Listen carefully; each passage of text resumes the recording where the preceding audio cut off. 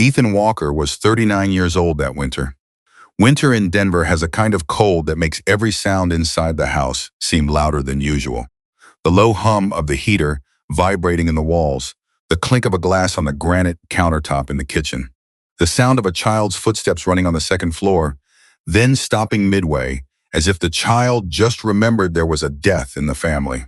3 weeks earlier, his ex-wife Olivia had died in an accident on I-70 on her way back from Aspen after a luxury real estate conference. The news came at 2:17 in the morning. Ethan still remembered that number vividly. He was in the laundry room of the mansion they had bought together 11 years ago, fixing the zipper on his daughter's winter coat when his phone rang. A Colorado state trooper spoke in a monotone voice, like he was reading safety instructions on an airplane. After that call, the entire house was silent for 2 days. Not a peaceful silence, but a silence with weight. The wealthy arrived quickly after a death. Olivia's family appeared almost immediately. Her mother, Eleanor Sterling, walked into the house in cream-colored leather gloves and a knee-length cashmere coat.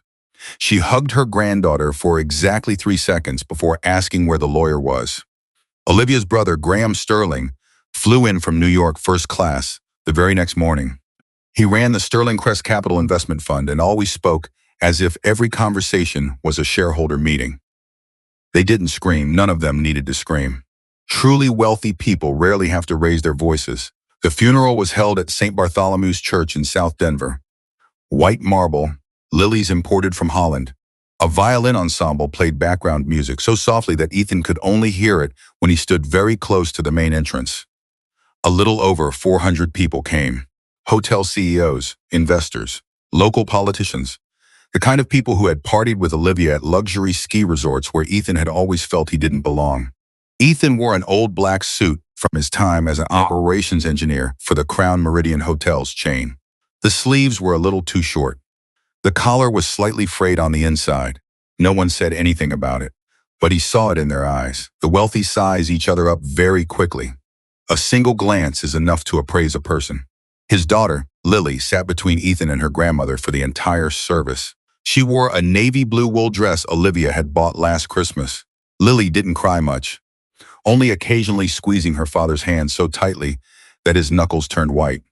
After the funeral, Graham called Ethan into Olivia's old home office. The room still smelled of her perfume, a light scent like cedarwood and bergamot. Graham closed the door very softly. There were papers already laid out on the desk. Ethan saw the logo of the law firm Sterling and Vale. He knew immediately what was about to happen. Graham sat in the chair opposite him. Eleanor stood by the window, looking down at the pool behind the house. She never looked back. Graham clasped his hands together. Ethan always hated people who spoke with that kind of unnerving calm. It made everything feel more like a contract than a life.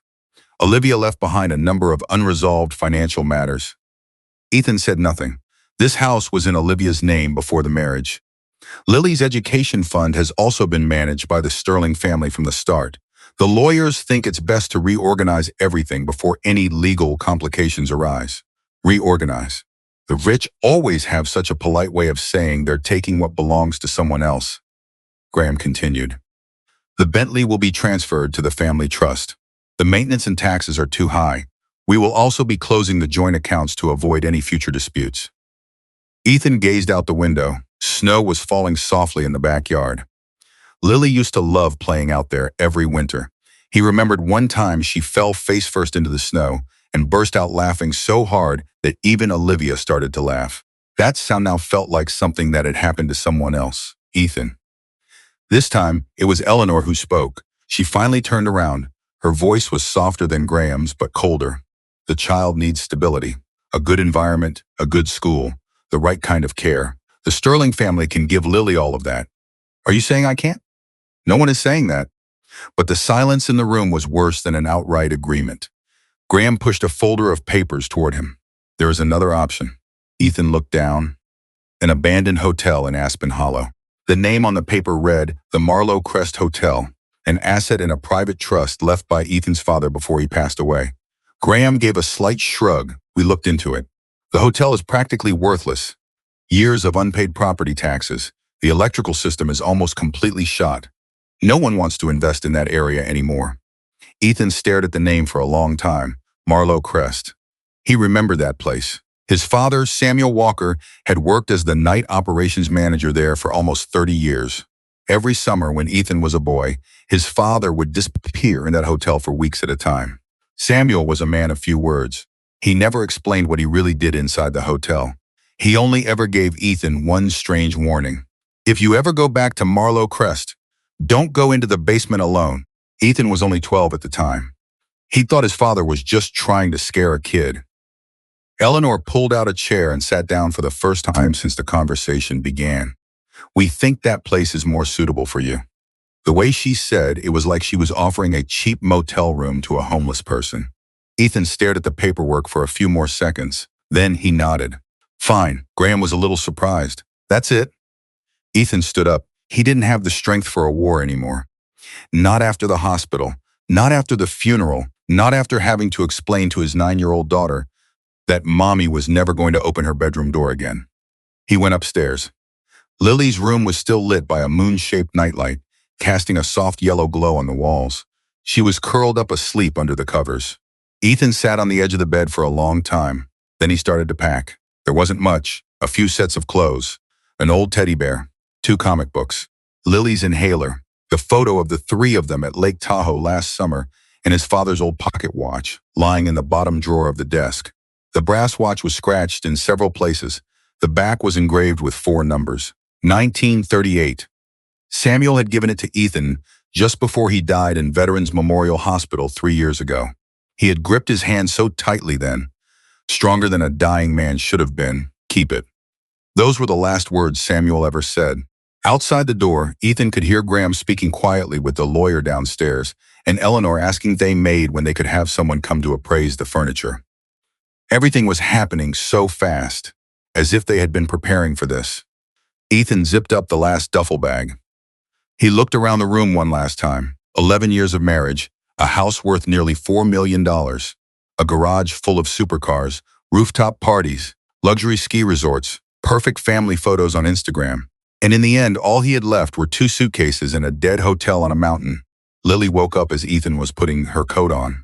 Where are we going, Daddy? Ethan was silent for a few seconds. Then he stroked his daughter's hair. To find another place to start over. Lily read her eyes. Is it far?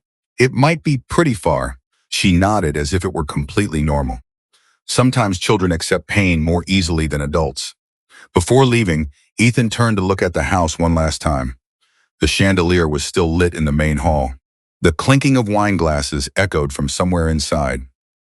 The Sterling family had started dividing up the assets before Olivia had been in the ground long enough for the flowers to wilt.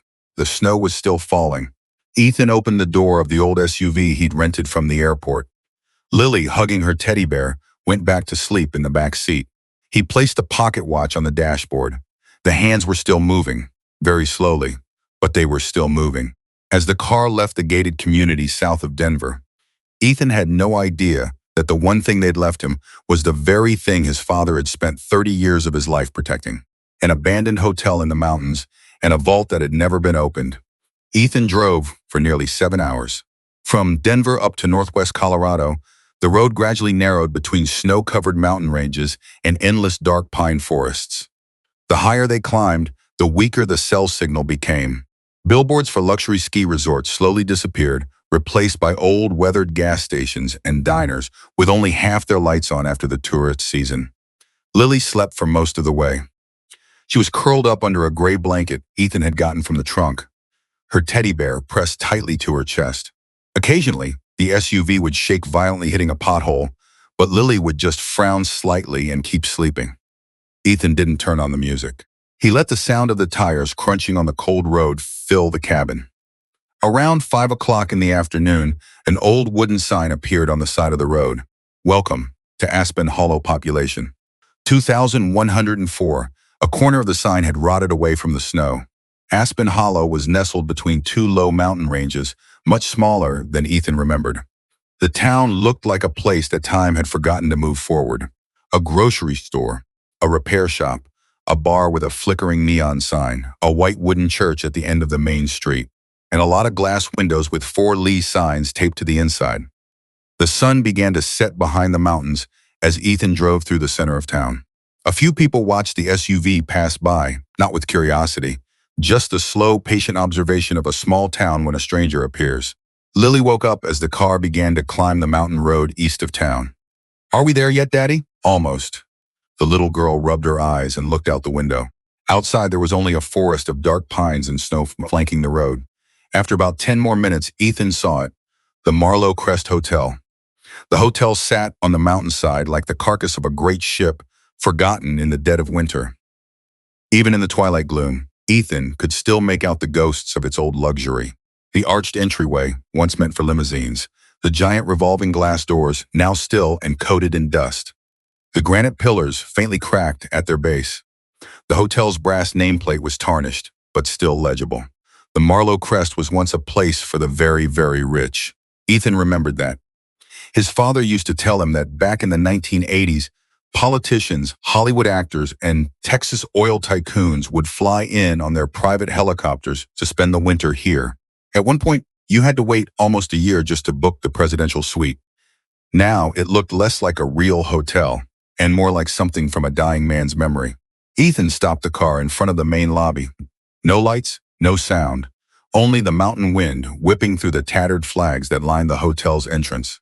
Lily looked up at the enormous building. "Are we really going to live here?" "Looks like it. It's a little scary." Ethan looked up at the dark, empty windows above. "Yeah, it is a little scary." He opened the car door. The cold air instantly flooded in like ice water. Inside the hotel lobby, it was so dark, Ethan had to use the light on his phone. The beam swept across a thick layer of dust, covering the marble floor. A grand piano sat silently near the old bar. Its keys had yellowed with age. The chandelier hanging in the middle of the lobby was still there, but one side was fractured like a glass spiderweb. The hotel had a smell all its own. Old dust, damp wood, rotting fabric, and the cold scent of a place where no one has lived for a long, long time. Lily gripped Ethan's jacket tightly. "Daddy, it's okay." He wasn't sure if he believed that himself. Behind the reception desk, a few brass keys still hung on a board. An open check-in ledger lay on the counter. The last entry read, January 14th, 2002. 22 years ago. Ethan set his bag on the floor. The sound echoed through the lobby. The hotel was too quiet. The kind of quiet where you start to hear your own heartbeat. He found the old manager's office behind the front desk. The master key was still in the second drawer. Samuel always kept the key there. Ethan remembered watching his father do the same thing when he was a boy. The memory made him pause for a few seconds. Some things parents do stay with their children longer than they'd ever imagine. He opened a room on the second floor for Lily. The room was freezing, but the furniture was still intact.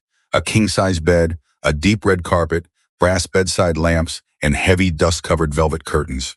Outside the window was a forest of snow-covered pines and the scattered lights of Aspen Hollow far below at the foot of the mountain. At least it was beautiful. Lily climbed onto the bed and asked in a small voice, "Did Mom ever come here?" Ethan took off her coat. "No. What about Grandpa?" "Yeah, he lived here for a very long time." Lily nodded as if trying to picture the grandfather she could barely remember. That night, Ethan built a fire in the second-floor fireplace with some old firewood he found behind the kitchen.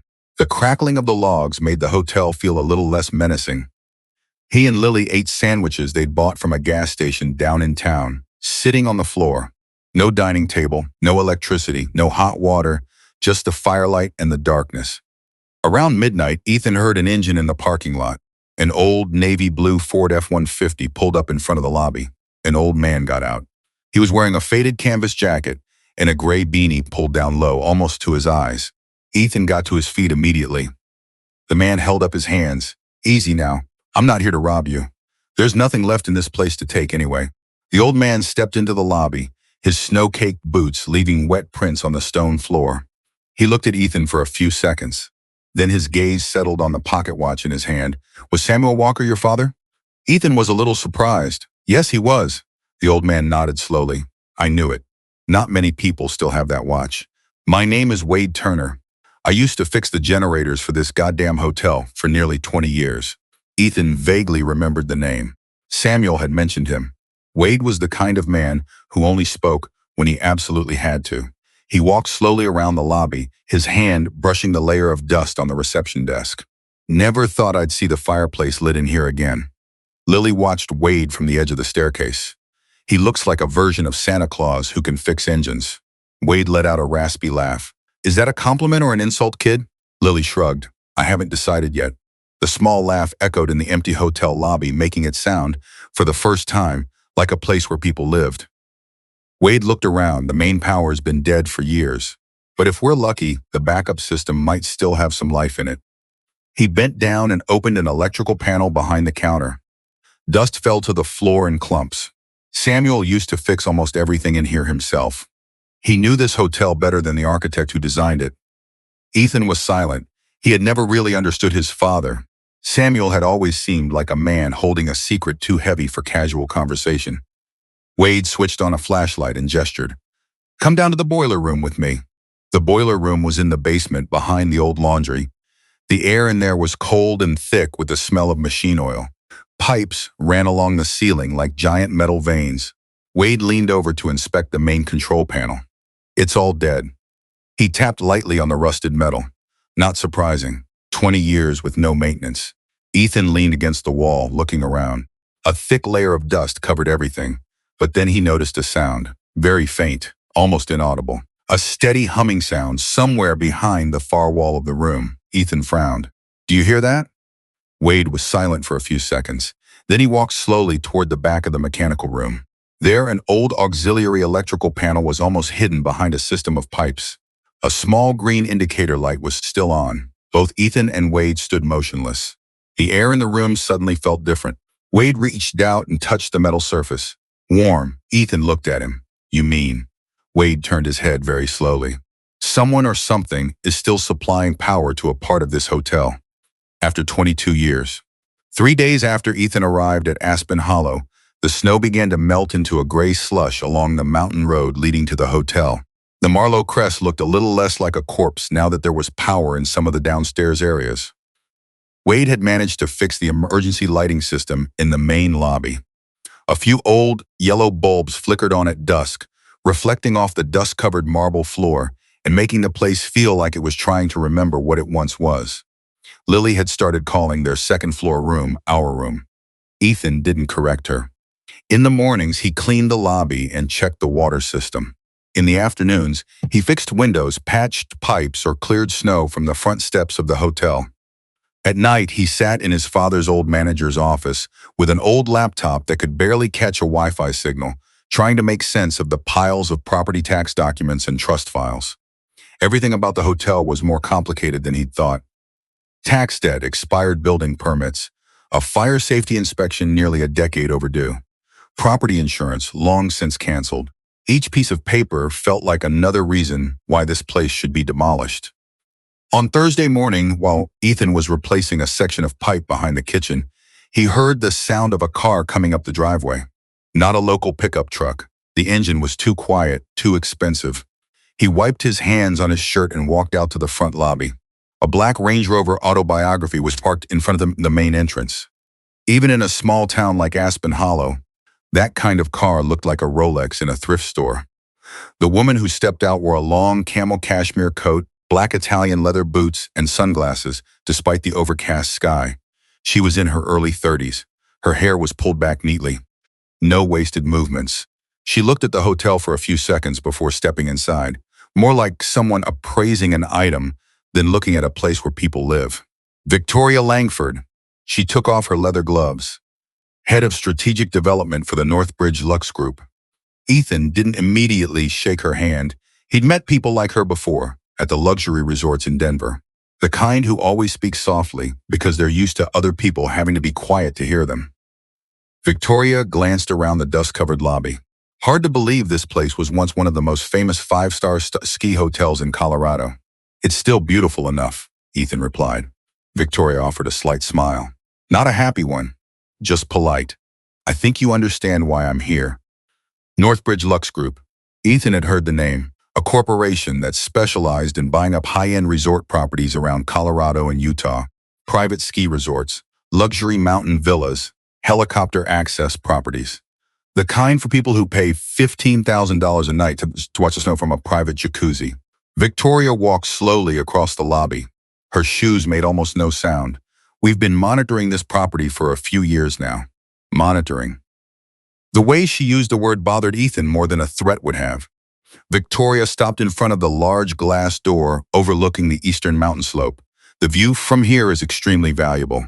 Good elevation, favorable helicopter access, a stable, natural water source. If renovated correctly, this place could become the premier private resort in the Rockies. She turned back. Of course, that would require an enormous amount of capital. Ethan leaned his shoulder against the old reception desk. And you think I should sell? I think you're a father in a difficult situation. Victoria removed her sunglasses.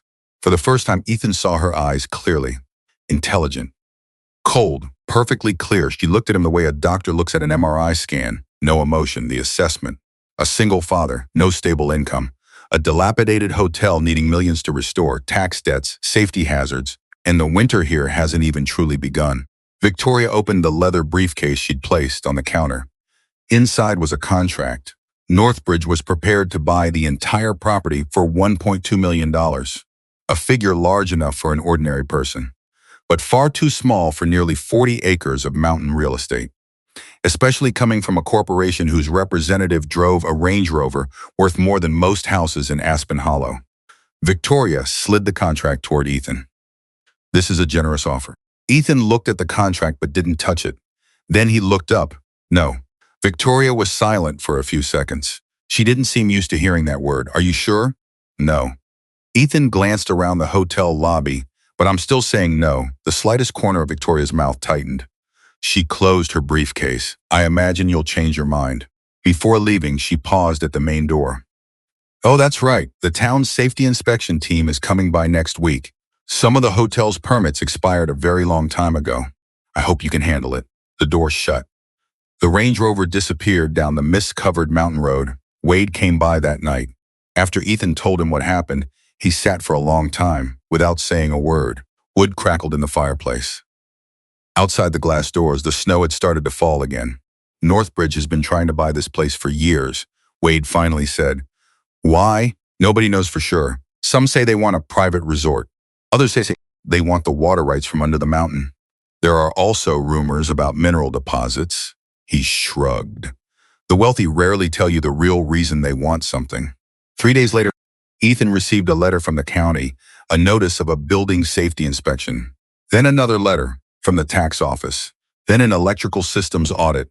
Then a warning about the potential revocation of its commercial use permit.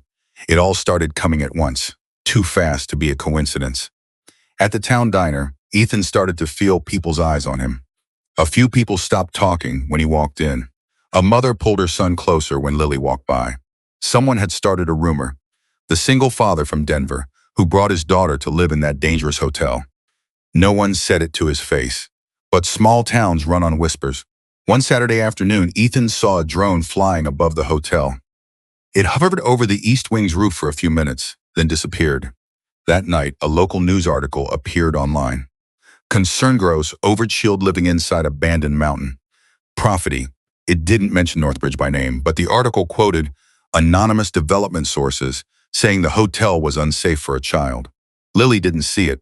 Ethan made sure of that. She was sitting in the lobby, coloring with some pencils she'd found in the old gift shop. Daddy. Yeah, was this place really beautiful once? Ethan looked up at the cracked chandelier above them. Yeah, very beautiful. Then why did people leave? It took him a few seconds to answer. Sometimes people leave a place before it's truly gone. Lily thought about that for a moment, then went back to her coloring. That night, Ethan couldn't sleep. Around 2 a.m, he took a flashlight and walked the third-floor hallways. The hotel at night had its own sounds. The whistle of wind through the door frames, the faint hum of the pipes, the metallic clang of the old elevator somewhere in the walls. As he passed Samuel's old manager's office at the end of the hall, Ethan stopped. The door was open. He was sure he'd closed it before going to bed. Ethan stepped inside. The smell of old paper and rotting wood washed over him. His flashlight beam swept across a small dust-covered room, an old desk, a metal filing cabinet, a rotary phone from the 90s. Then the beam landed on a bottom drawer, slightly ajar. Ethan knelt down and pulled it open. Inside was an old leather document tube, stiff with age. He placed it on the desk and unrolled it. An architectural blueprint of the hotel was revealed in the flashlight's beam. the blueprints for the Marlow Crest Hotel. Samuel had scrawled countless notes in red ink. Electrical lines, water mains, the service elevator, the generator system. But in the bottom east corner of the basement, there was something odd. A rectangular section had been cut out of the official blueprint. It wasn't a natural tier. It was as if someone had deliberately, carefully excised it with a razor blade. Ethan traced the yellowed edge of the paper with his finger. Then he noticed something else. That missing section wasn't on the official hotel plans filed with the town. It was as if that area never existed. The Aspen Hollow Town Records Office was located behind the old post office on Main Street, a low brick building from the 1960s, where the fluorescent lights always had a subtle flicker, and the hallway carpet smelled of stale coffee and old paper. Clara Bennett had worked there for 13 years. No one grows up in Aspen Hollow dreaming of becoming a town planning clerk, but life rarely asks you what you dream of. Clara was 36, divorced, and living alone in an apartment above the old bakery near the abandoned freight depot. She didn't hate her life. It was just some evenings were too quiet. On those nights, she'd often turn on the small radio in her kitchen, just to hear the sound of a voice. On Monday morning, Clara was sorting through zoning files when she saw the name, the Marlow Crest Hotel. She pulled the file reflexively. That hotel had been the stuff of local legend for years. They said it was haunted, that politicians used to have affairs there, that the mafia used its basement for money laundering back in the 80s. Aspen Hollow always preferred rumor to fact. Clara opened the file. Inside were dozens of old documents. Land surveys, building permits, water system inspection reports, electrical records.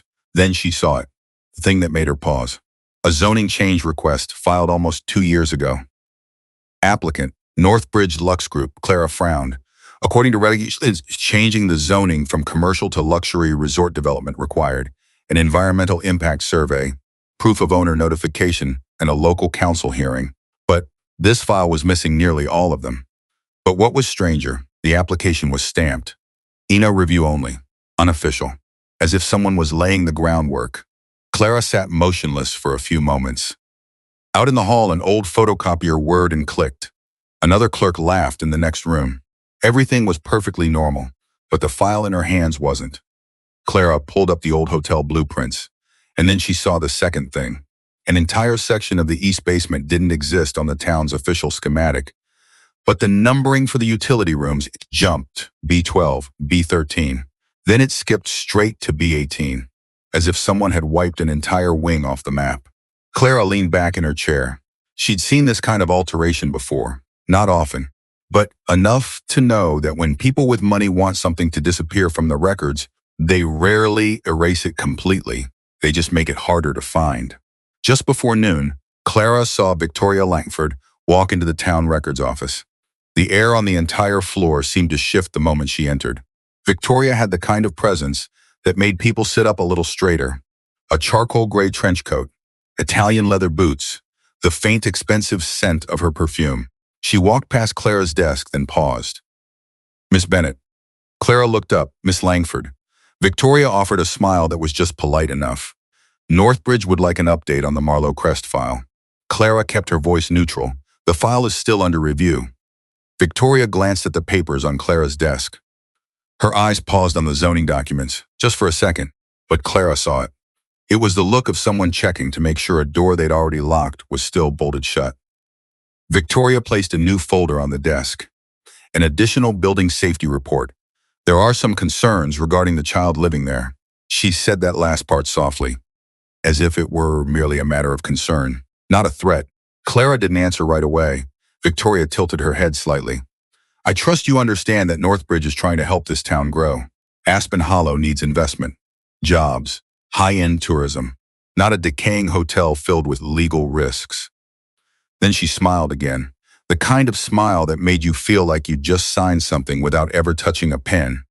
After Victoria left, Clara stared down at the file for a long time.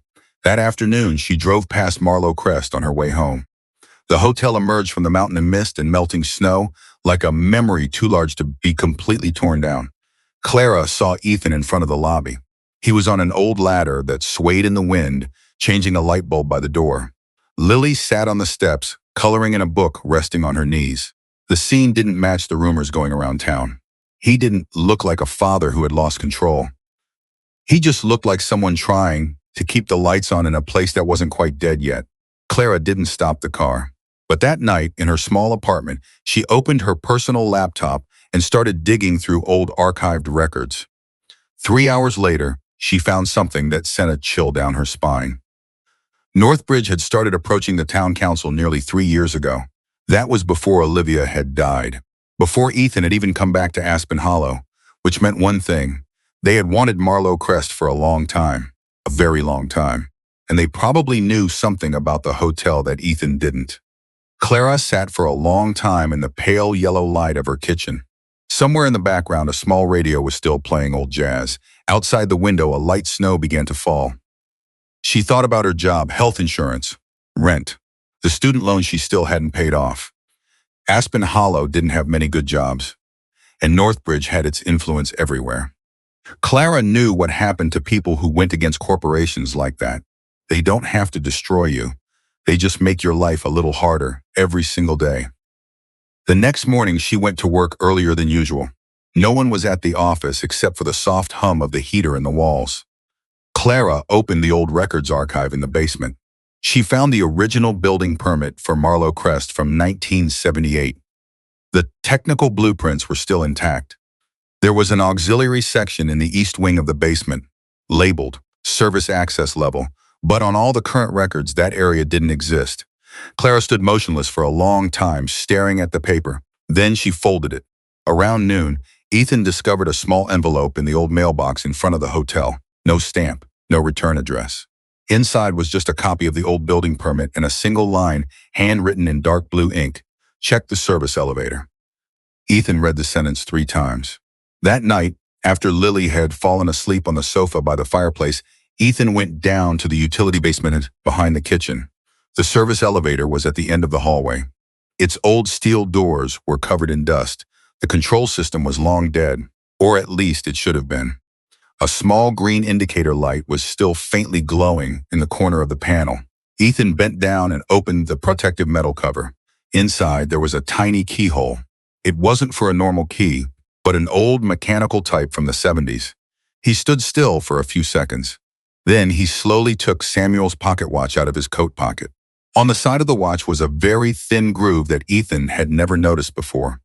He flicked it open with his fingernail. A small brass key slid out from the body of the watch. Ethan stood for a long time in front of the service elevator's control panel. The sound of the wind howling somewhere in the old ventilation shafts sounded like the breathing of a sleeping building. The brass key was cold in his hand. Samuel had hidden it in the clock for years. That wasn't something you do by chance. Ethan inserted the key into the small lock under the control panel. It fit perfectly. A dry click echoed. Then, behind the old metal plate, a row of mechanical switches slid aside with a soft whir. The green signal light switched to red. Then, the sound of an engine. Not loud, not dramatic. Just a low, steady hum, like something very old finally waking up after a long time. Ethan took a step back. The steel doors of the service elevator slid open slowly. Inside was an old cabin lined with scratched matte stainless steel. The smell of machine oil and cold metal wafted out. There were no floor buttons, just a small lever beneath the electrical panel, up, down. Ethan glanced at the dark hallway behind him, then at his watch, 2:14 a.m. Lily was asleep up on the second floor. Wade had left long ago. The hotel was so quiet, Ethan could hear his own heartbeat. He stepped into the cabin. The doors closed behind him with a heavy metallic thud. Ethan pulled the lever down, down. The elevator shuddered once hard. Then it began to descend, not to the basement. Deeper, much deeper. Ethan watched the mechanical display above the door, B1, then B2, then the light jumped again. B3, he frowned. According to the official blueprints, the hotel only had one sublevel for maintenance. But the elevator kept going down. The sound of the pulling cables echoed in the dark void outside the cabin. B4, B5, the air grew colder. About a minute later, the elevator stopped with a soft jolt. The doors slid open. Ethan didn't step out right away. He just stood there looking. A long hallway, covered in a deep red carpet, was revealed under the glow of faint yellow lights. Clean, no dust, no decay. It was as if this place had never been abandoned. The air smelled of old oak, parchment, and aged wine. Ethan stepped out of the elevator very slowly. His shoes echoed softly on the dark stone floor. Lining both sides of the hallway were thick bank vault-style steel doors. Each door had a small engraved brass plaque with a name: Whitmore Holdings, Davenport Trust, Ellison Private Reserve. The name sounded more like law firms or investment funds than hotel rooms. At the end of the hall was a small walnut reception desk. A wall clock was still ticking. 2:16 a.m. Samuel Walker used to sit here. The thought sent a chill down Ethan's spine. He approached the desk. An old logbook still lay on its surface. The last entry was dated December 31st, 1999, the very eve of the new millennium. Ethan opened it to the last page. Samuel's handwriting: vault secured, clients notified. No further access after tonight. Below it was another, scrawled signature Ethan didn't recognize, and a dark brown dried wine stain on the edge of the paper. Ethan looked around again. This place wasn't a vault for money. It was like a secret archive for the ultra-wealthy. He opened the first door. Inside was a climate-controlled room. Dozens of vintage wine bottles were lined up in glass cabinets. Chateau Lafite Rothschild, 1961. Romanée Conti, 1978. Macallan Fine and Rare. Even Ethan knew some of those bottles were worth tens of thousands of dollars. The next room held antique watches: Patek Philippe, Vacheron Constantin, an early model Rolex Daytona. Each one rested in its own leather box under a soft golden light. Another room contained paintings, not copies, originals. Ethan didn't know art, but he recognized the signatures of a few famous artists he'd seen in the Denver Museum. Then came the files. So many files: contracts, documents for offshore accounts, property transfer deeds, transaction ledgers. Some of the safes were still locked tight. Some were slightly ajar, revealing passports, gemstones, and stock certificates from long-defunct companies. Ethan stood in the middle of the hallway for a long time. The entire hotel above was in ruins. But this place was still operational, quietly, secretly. It had its own power system, its own ventilation, perfectly preserved for over 20 years. He was starting to understand. Samuel wasn't just a night manager. He was the guardian of this place. Ethan went back to the front desk and opened another drawer below. Inside were the VIP guest files, the names of several politicians, tycoons, actors, a few names Ethan had seen in Forbes. Then he found a separate file marked 1999 Unscheduled Pinenstenden. He opened it. A newspaper clipping from an old financial journal. An investment scandal in the late 90s had caused many assets to be frozen by the federal government. Many of Marlowe Crest's VIP guests had moved their valuable assets here before the investigation began. Not to a bank, undeclared, no official system, entrusted only to one person they trusted to keep quiet: Samuel Walker, a quiet night manager in a small mountain town. The perfect man to stay off the radar. Ethan sat down on the stool behind the counter. He tried to imagine his father walking these halls every night, alone, keeping the secrets of people wealthier than Ethan could have ever imagined. Then another thought struck him. If Northbridge wanted this hotel at any cost, maybe they knew this place existed, or at least knew there was something underneath the hotel. Ethan stood up and walked deeper. At the end of the hall was a door, smaller than the others. A brass plaque on it read, S. Walker. He reached out and opened it. The room wasn't large, just a personal office, a desk, an old green desk lamp, a cracked leather chair, and a small safe set into the wall. The safe door was unlocked. Inside, there was only a single envelope. Ethan's name was written in Samuel's handwriting. Ethan's hand tightened on the letter for a few seconds before he opened it. The paper was old, but still intact. Ethan, if you're reading this, it means you finally came back to this place. I'm sorry I let you grow up with so much silence. There are secrets that, if told, would destroy more lives than they would save. I tried to keep this place going long enough for you to one day have the choice of what to do with it. The people who stored their assets here all believed that money could buy silence. Some were right, some were not. Marlowe Crest was never just a hotel. It was where the wealthy hid what they feared losing most. Ethan turned to the last page and stopped. The end of the letter had been torn off, not torn from age, but cleanly torn away, intentionally. Wednesday morning began with the sound of a helicopter. Ethan was replacing a section of wiring behind the first floor bar when the sound of rotor blades echoed down from the mountain. Heavy, steady. They don't belong in Aspen Hollow. Lily ran to the large glass door, looking out at the parking lot. Daddy, there's a helicopter. Ethan stepped outside. A silver Bell 429 was descending onto an open field about 200 yards from the hotel. Snow and dry dust were kicked up into a vortex. Wade stood by the old garage east of the hotel, his eyes narrowed beneath the brim of his hat. They got here faster than I thought. The helicopter door slid open. Victoria Langford stepped out first. A dark charcoal coat, dark sunglasses. Everything about her was so pristine, it felt almost unreal amid the slushy snow, and this dilapidated hotel behind her were a lawyer, 2 county inspectors, a photographer from the local paper, and 3 men in ski resort jackets bearing the Northbridge Lux Group logo, investors. Ethan watched them ascend the old steps of the Marlowe crest like they were viewing a foreclosed property. Victoria took off her gloves. "Mr. Walker." Her voice was just as polite as the first time. "We've received several concerning reports about the safety conditions of this property." An inspector stepped forward. He was in his 50s, with a paunch and cheeks flushed from the cold. "We need to inspect the entire building." Ethan looked over the crowd. The local reporter's camera was already on. Victoria wasn't here for an inspection. She was here to make a scene. Lily stood just inside the lobby door, watching everyone with tense eyes. Ethan saw it, and he hated himself for letting his daughter witness this kind of thing. "Again, fine." He stepped aside. Everyone began to spread out through the hotel. The sound of their shoes echoed through the empty hallways, the click of a camera, the sound of notes being written. An inspector pointed to the old sprinkler system. "This isn't up to code. Someone else inspects the wiring on the second floor. Not up to current safety code." An investor, standing by the dried-up swimming pool, shakes his head. "I can't believe someone would let a child live in a place like this." It wasn't said under his breath. It was said just loud enough for Ethan to hear. Victoria stood in the main lobby, observing it all, calm and control, like a conductor, listening as her orchestra plays the very piece she composed. Then she approached Ethan. "Perhaps you should be a little more realistic." Ethan didn't answer.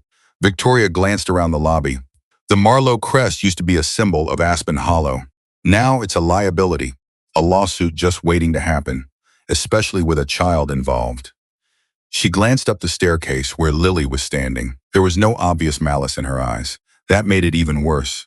The Northbridge lawyer began speaking to the county inspector about child endangerment liabilities. Reporters snapped more photos. A few townsfolk had gathered in the parking lot, peering in through the glass doors. Ethan could feel it in the air. The way a crowd starts to form a consensus before any conclusion has been reached. The failed single father, penniless, living with his daughter in a dead hotel. It was the kind of narrative people loved to believe. An inspector approached him, clipboard in hand. "Walker, if these violations are officially recorded, the county has the right to temporarily seal the premises." Sealed, which meant Ethan and Lily would have to leave. Victoria said nothing. She just watched, like someone waiting for a building to collapse on its own without having to give it a final push. Wade stepped forward from the back of the lobby. He was leaning on a large old pipe wrench. "The Marlowe crest is still built better than half the motels in this damn town." The inspector shrugged. "It's nothing personal, Wade. I know." He gave Victoria a long, hard look. "It's just some folks enjoy waiting for another man's house to burn down so they can buy the land for cheap." Victoria still didn't react. Her control over her expression was almost frightening. An investor walked past the dust-covered reception desk and chuckled. "I don't understand why he's clinging to this graveyard." Ethan heard it. They all heard it. So did Lily. She stood motionless on the stairs, her hand clutching her teddy bear tightly. And that was the moment something inside Ethan almost snapped. It wasn't because of the insult. It wasn't about the money. It was because he saw his daughter starting to understand what it felt like to be seen by others as a burden. Victoria took another small step closer. "Northbridge's original offer still stands. We can help you move to a better place, safer, more stable for your daughter." Ethan looked at every person in the lobby. Reporters, inspectors, lawyers, investors. Every pair of eyes looked the same. They had decided who he was before they even set foot in the hotel. A failed man clinging to a ruin. Ethan didn't get angry. That surprised Victoria a little. He just stood very still. Then he looked at them, one by one, long enough for them to start feeling uncomfortable. Finally, Ethan spoke. His voice was very quiet. "I need 24 hours. The hotel lobby was silent for a few seconds. Victoria tilted her head slightly. 24 hours for what? Ethan looked at her. To prove you're trying to take something that doesn't belong to you. For the first time since arriving at Marlow Crest, Victoria's expression changed. It was subtle, but it was there. Not fear, but wariness. The inspection ended around sunset. The helicopters departed, leaving snow and cold dust swirling across the lot in front of the hotel. The reporter had her photos. The inspector had his report. Victoria had what she wanted, leverage. That evening, Lily went to bed very early. She didn't say much during dinner. She only asked one question before going to her room, Daddy. Yeah? Are we going to be kicked out again? It took Ethan a few seconds to answer. No. He wasn't sure if he was telling the truth or just trying to be a father. Around 11 o'clock at night, Ethan heard a car stop in front of the hotel. Not a helicopter. An old Subaru. Clara Bennett stepped out of the car, her coat dusted with snow. She glanced around before entering the lobby. The kind of look a person gives when they don't want to be seen. Ethan closed the door behind her. What's going on? Clara placed a thick envelope on the reception counter. I shouldn't be doing this. Her voice was quieter than usual. Inside were zoning records, internal emails, council meeting minutes, and an old technical schematic. Ethan quickly flipped through the first few pages. Then he stopped. Northbridge had surveyed the hotel's basement 3 years ago. One internal email stated clearly, potential underground storage structure still unverified. Another document, asset retrieval priority if acquisition succeeds. Ethan looked up. Asset retrieval? Clara stared out at the dark glass of the door. They don't want Marlow Crest for the land. She swallowed hard. They want what's underneath it. Ethan didn't sleep that night. Marlow Crest was filled with the sound of the mountain wind and the old vibrations coming from the heating system Wade had patched up 2 days before. Lily slept on the sofa next to the fireplace, clutching her teddy bear tightly to her chest. The firelight flickered unevenly across the little girl's face. Ethan sat alone in Samuel's old management office. The contents of the envelope Clara had left were spread across the desk. Internal emails, zoning files, minutes from a private meeting. It all pointed to one conclusion. Northbridge knew about the vault. Or at least, they knew there was something under the hotel valuable enough to break the law for. Around 3 in the morning, Wade walked into the office with 2 cups of black coffee. He didn't ask anything. He just put 1 cup on Ethan's desk and sat down opposite him. How bad are those papers? Ethan pushed the folder across. Wade read it very slowly.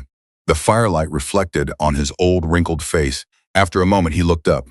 I guess this day was bound to come. What day? Wade looked out into the dark hallway. The day this place couldn't keep its secrets anymore. Ethan was silent.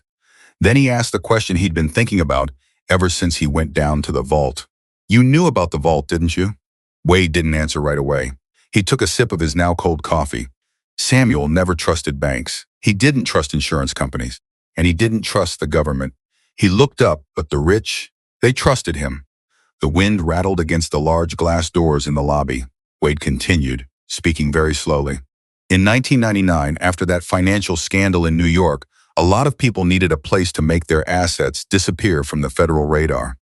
Samuel built that system. I helped him. Ethan stared at him. You helped build the vault? Not the vault. Wade shook his head. The security system. He leaned forward, resting his elbows on his knees. Samuel hired an official construction crew for the structure itself.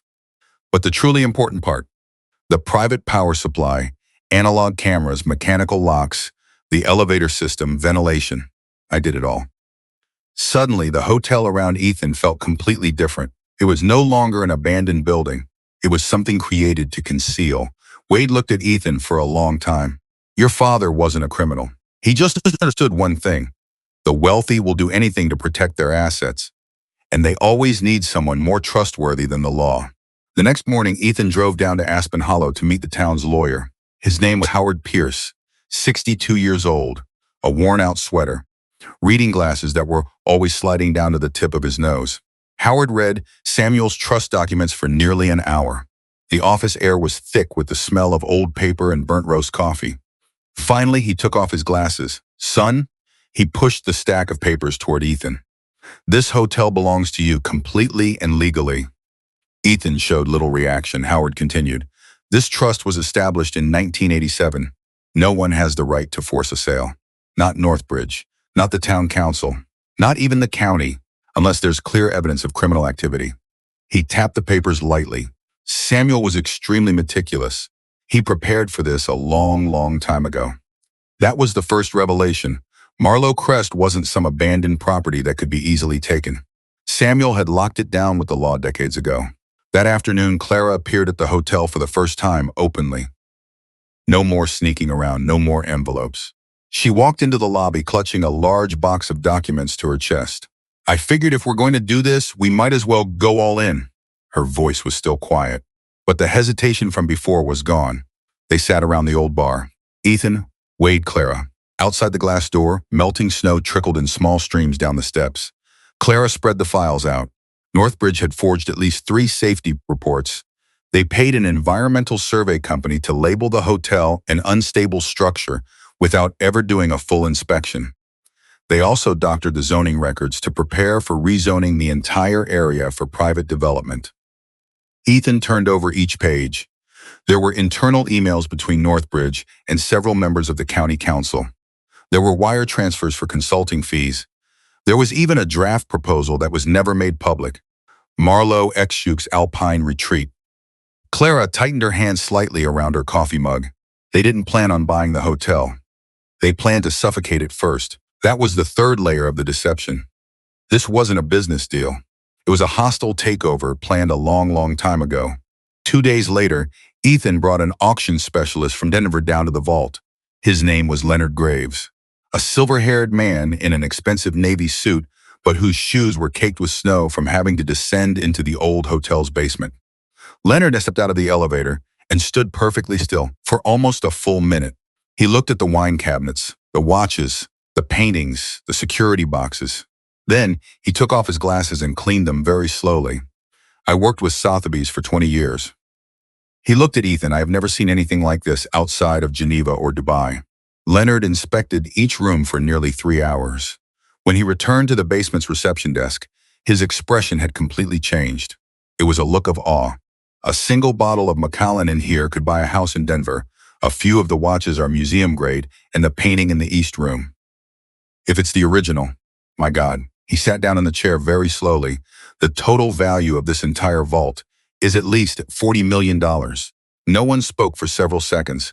The steady hum of the ventilation system in the walls suddenly felt colder. 40 million. Samuel Walker, the man who fixed doors and changed light bulbs in the hotel. The man who drove the same old Ford for almost 20 years. The one who always bought the cheapest coffee in town. For decades, he had guarded a fortune belonging to the financial elite hidden beneath the mountain. This was the fourth revelation. Not a small secret, but a vault of assets powerful enough to destroy many people if it was ever exposed. That night, Ethan returned to Samuel's office, alone. He couldn't sleep. Not after everything he had just learned. The wall clock ticked in the darkness. The desk lamp was flickering, so Ethan opened the old fuse box behind the desk, and that's when he saw something tucked behind the wiring. A small folded piece of paper. It was the same paper as the torn letter. Ethan's hands trembled slightly as he unfolded it. It was the missing final piece. If you're reading this, it means I failed to keep this place hidden forever. Ethan, I didn't leave all of this for you to be rich. Money has a way of making a man think he's bigger than everyone else. But in the end, it just makes them small. I left this place so that you would never have to bow your head to anyone who thinks dignity can be bought. Someday, people will come for Marlowe Crest. They'll call you a failure. Tell you you're not worthy. They will try to make you believe it. Don't. A truly poor man isn't the one with no money. It's the one who needs money to feel like he's worth something. Ethan sat in the darkness for a long time after he finished reading. No tears. He just sat there. The wind tapped against the office window. And for the first time since Olivia's death, Ethan felt something inside him that wasn't broken anymore. Meanwhile, in Denver, Victoria Langford stood in her penthouse office at Northbridge, looking over the documents her legal team had just sent. An old internal email had been accidentally included in a chain of zoning files. She read it twice, and her expression hardened. Subject: Vault Acquisition Contingency. The body of the email was a single line. Keep Langford focused on land valuation only. No disclosure regarding underground assets until transfer completes. Victoria stood still by the glass window for a long time, looking down at the city. Her hand clutched the stack of papers tightly. For the first time, she understood something. Northbridge had never really trusted her. They just needed someone with a clean enough record to sign off on the entire plan. The rumors spread faster than snowmelt in Aspen Hollow. At first, it was just a few black SUVs appearing outside the town office. Then came the federal police cars. Then reporters from Denver. After that, men in gray suits carrying file boxes went in and out of the county council building for nearly 2 days. No one in town knew exactly what was happening. But everyone understood one thing. The Northbridge Lux Group was starting to burn from the inside. Clara sat in the town office that morning, the phone ringing so nonstop it was giving her a headache. A zoning board employee was suspended. 2 resort development files were sealed. Internal emails were leaked. Fake consulting contracts, consulting fee transfers turned into evidence of bribery. Aspen Hollow was always too small to hold a scandal like that. Denver news crews started showing up outside Marlow Crest. Cameras, microphones, broadcast vans. Ethan didn't answer any interviews. He was still fixing a second-floor window in the morning. Still replacing a water pipe behind the kitchen. Still taking Lily into town for weekend pancakes at the little diner near the old train station. That made everything even stranger. People always expect the main character in a scandal to be dramatic.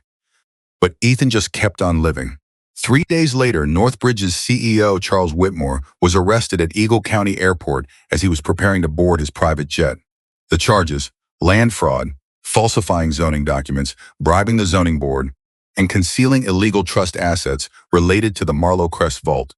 The name Marlow Crest appeared on CNBC for the first time, then Bloomberg, and then the New York Times. An abandoned mountain hotel suddenly became the center of a financial investigation spanning more than 2 decades. Leonard Graves helped Ethan contact lawyers specializing in trust assets. Some of the vault's original owners were dead. Some were missing. Some were now billionaires. Things got extremely complicated. But one thing was clear. Northbridge knew the vault existed, and they wanted to seize control of it before the government or the legal owners found out. Victoria Langford was summoned to testify 3 times in 2 weeks. Her name was in the papers every day. The face of Northbridge development under investigation. She lost her job on a Friday afternoon. No farewell email, no polished statement, just a 7-minute call from the board. Victoria left the Denver office using the service elevator to avoid the news cameras in front of the building. She used to think power meant standing above everyone else. It was only then that she understood. The truly powerful always have someone else standing in front to take the bullet for them. A week later, Victoria drove to Aspen Hollow, alone, no helicopter, no chauffeur, no expensive cashmere coat, just a gray Volvo rented from the airport. Ethan was fixing the railing on the east staircase when she walked up the steps. The mountain wind tousled her hair slightly.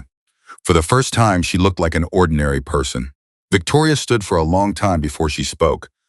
"I've been cooperating with the federal investigators." Ethan kept tightening a screw. "I take it they like that." "Not really." She let out a small laugh, a tired kind of laugh. Victoria looked up at the hotel. "I used to think I was the smartest person in the room. Turns out I was just the most elegant signature on their paperwork." Ethan put the wrench down. He looked at her for the first time since she'd arrived. Victoria no longer resembled the woman who had stepped out of the helicopter the other day. The glass armor of her power was gone. All that was left was a person who just realized they had spent their entire life climbing a ladder that was propped against the wrong wall. "I'm sorry. About Lily." She said it very quietly. Ethan was silent for a few seconds. Then he gave a single nod. Not forgiveness. Not anger. Just acknowledgement. Model Victoria understood that.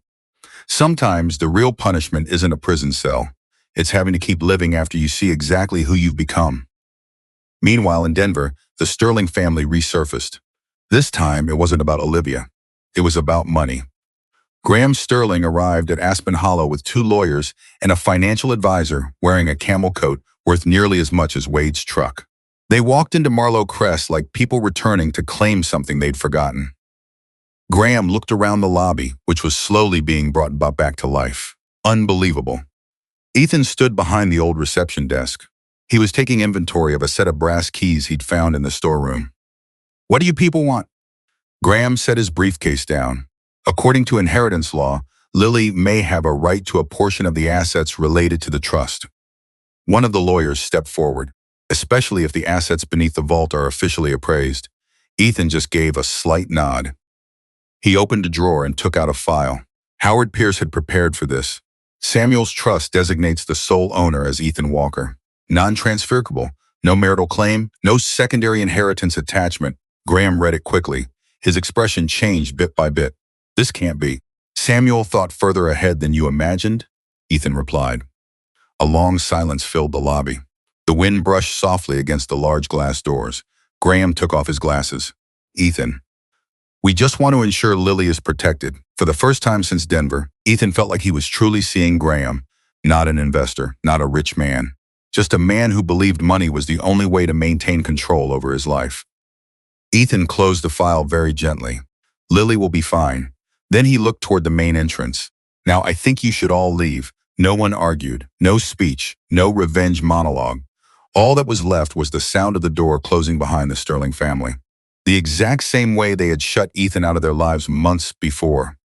That night, Ethan walked through the quiet halls of Marlowe Crest alone.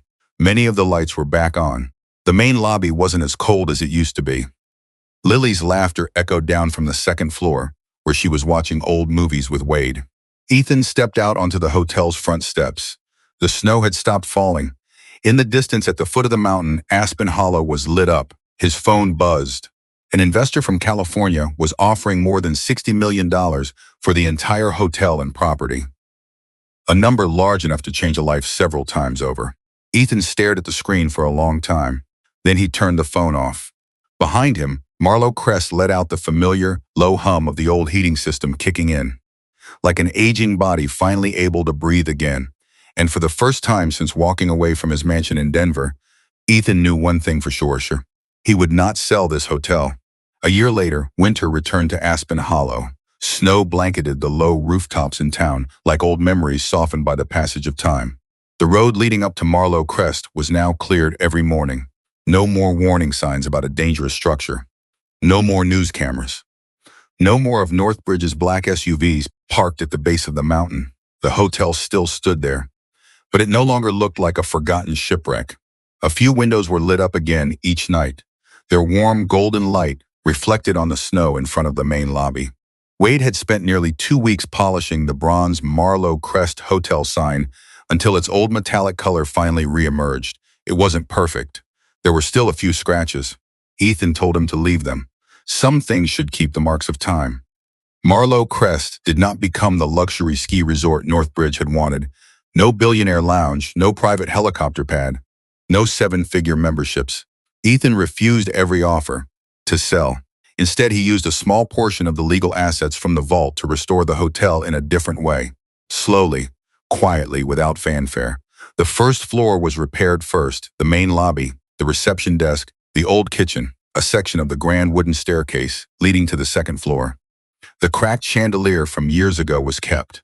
Wade only replaced the dangerous parts of the frame and rewired the lights inside.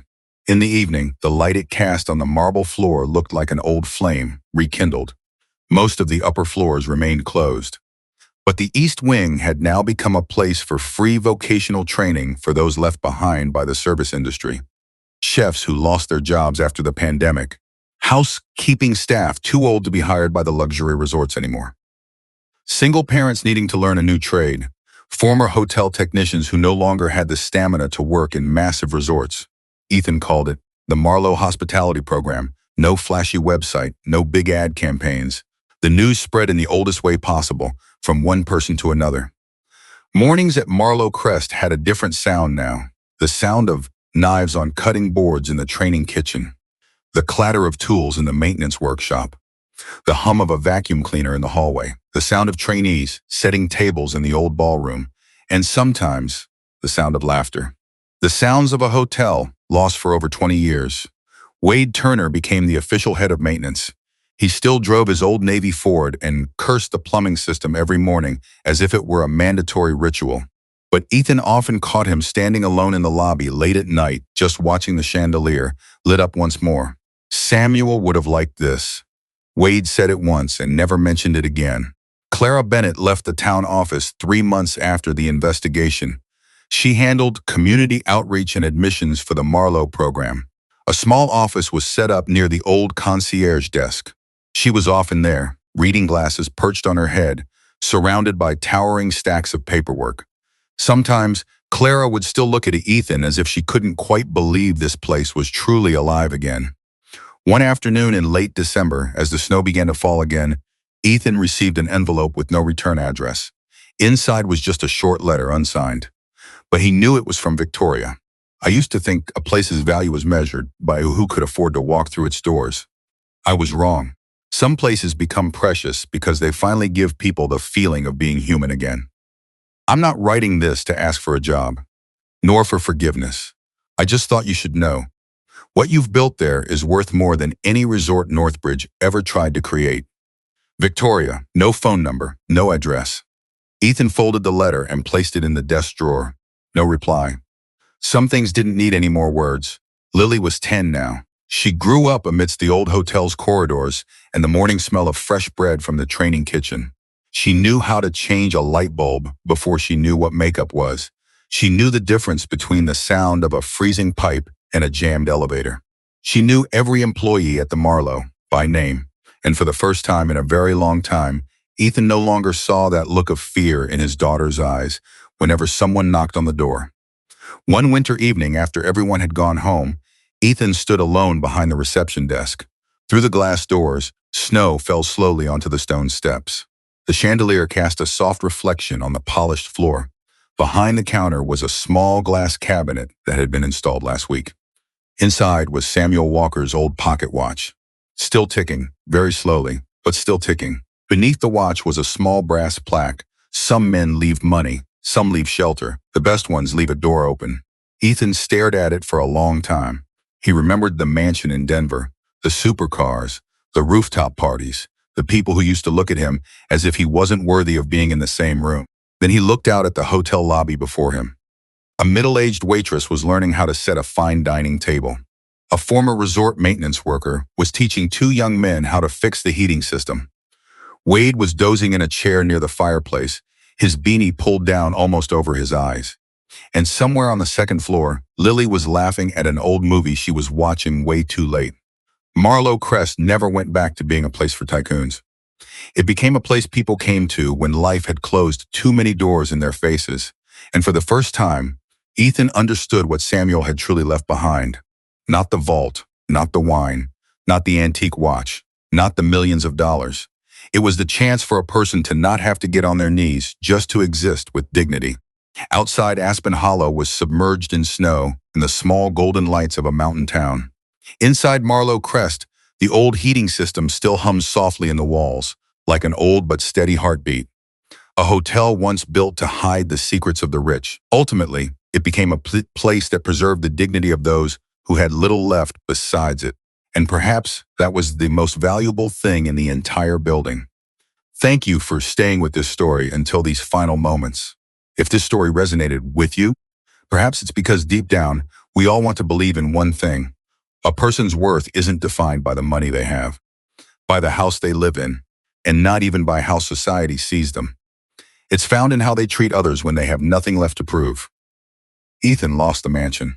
He lost the life of luxury. He lost the people who only respected success. But in the end, he built something worth more than all of it.